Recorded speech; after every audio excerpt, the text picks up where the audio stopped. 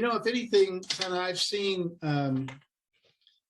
it never ceases to amaze me that the emphasis on responsiveness and immediacy is becoming more and more an issue. And actually, I always call it the fourth leg of the stool, which used to be price, quality, delivery. It's now responsiveness.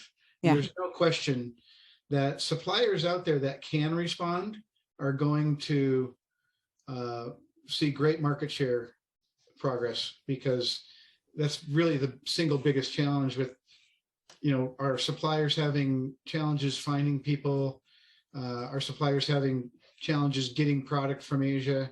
Yeah. Our suppliers just challenged. I could go on with a list of 12 reasons why they're struggling, but the suppliers that have figured out how to overcome are seeing massive growth right now.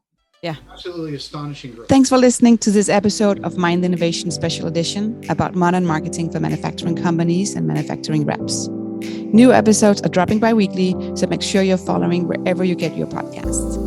You can find me on LinkedIn, search for Sannah Vinding. You can also find me on YouTube, search for Mind Innovation, or go to my website, sannahvinding.com, or check out mindinnovation.com. Stay curious and keep learning.